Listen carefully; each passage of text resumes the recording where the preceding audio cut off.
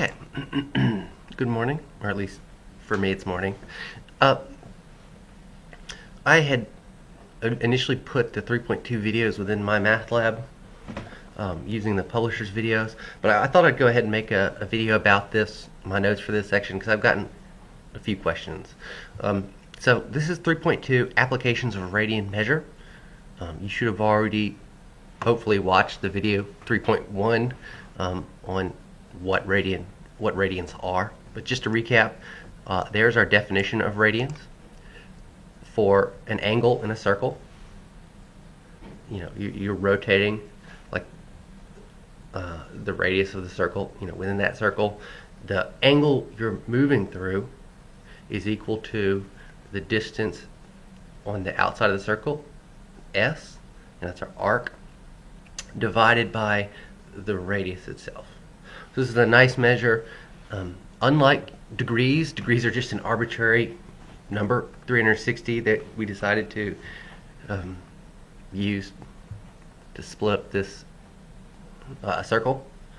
I think the Aztecs came up with that, or maybe the Mayans. Who knows? These are a unitless measure that relies on nothing but the circle itself. So in this section, very simple, we're going to take that definition and reorganize it. If I take this definition and multiply both sides by r, it will cancel out the r's here on the right and leave us with S equals the r we multiplied by times theta. So that's this. I've just rewritten that formula. We could then take this formula and divide it by theta. Divide both sides by theta. That would cancel on the right.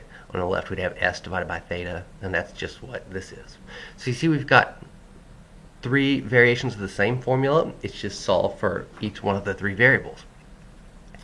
In the beginning of this section, we're going to focus on this formula.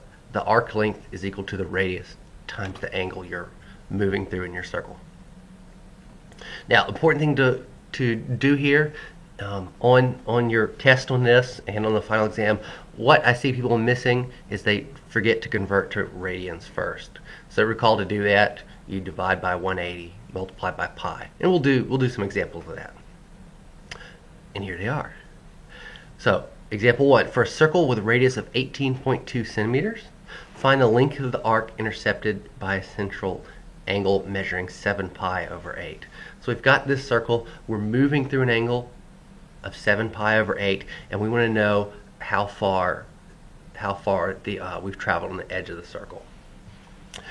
So this is very convenient. 7 pi over 8 is already in radians. You can tell because there's no degree sign. Also, typically when it has pi there, it's usually in radians. So all I need to do in order to find the arc length, I just multiply that angle by the radius. Oops. So the radius was 18.2. I multiply by my angle, and I get it's 50 centimeters. So as you move through this angle of 7 pi over 8 on the edge of the circle, that point would be traveling 50.0299 centimeters. Okay. So part B, it's the exact same problem, except we need to convert to radians first. So I take my degree up, and I see I didn't put them in my degree sign, so I'll fix that. So I've got the 144 degrees, I divide it by 180, and then I take that answer and multiply it by pi, and that gives me 2.513 radians. Alright, now that I've got my angle in radians, it's exactly like the previous problem. The arc length is r times my angle. R was 18.20. We just found the angle's 2.513 radians. We multiply those together and we get 45 centimeters. Okay. Alright, what else we got here? So that's the simplest case. We're just applying the formula. Using this in word problems is not significantly different. You have to think about what's going on, and see which formula we're talking about. For example, a rope is being wound around a drum with a radius of 0.327 meters. So you see, once again, we're given the radius.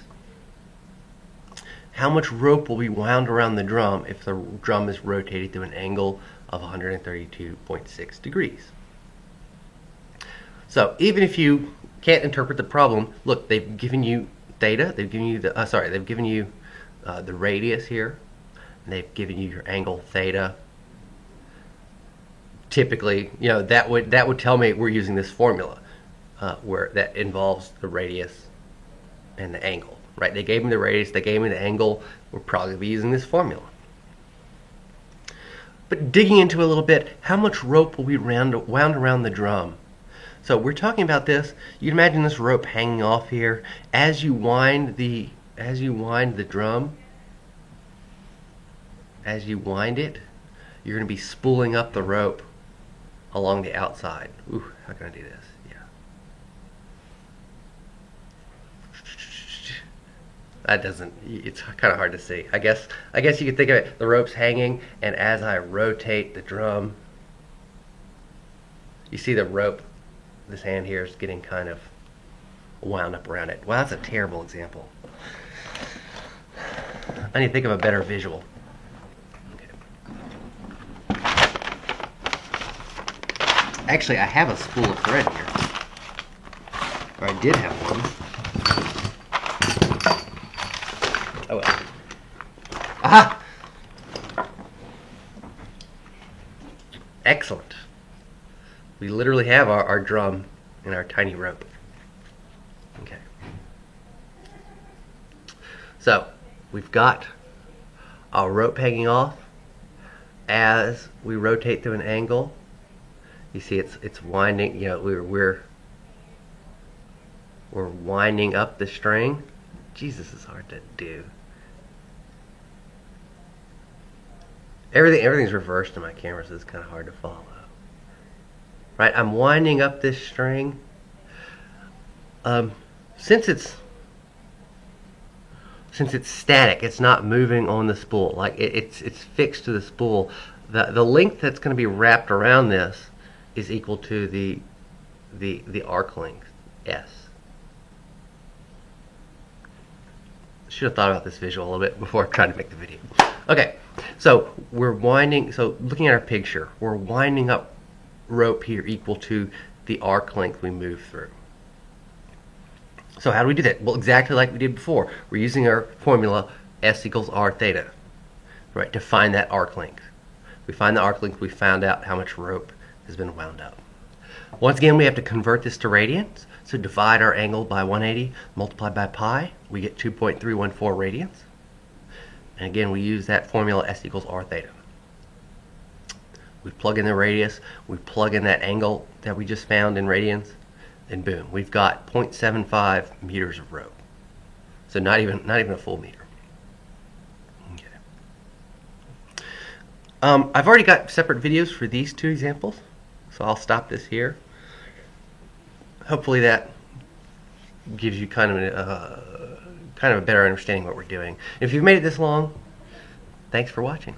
I'll see you next time.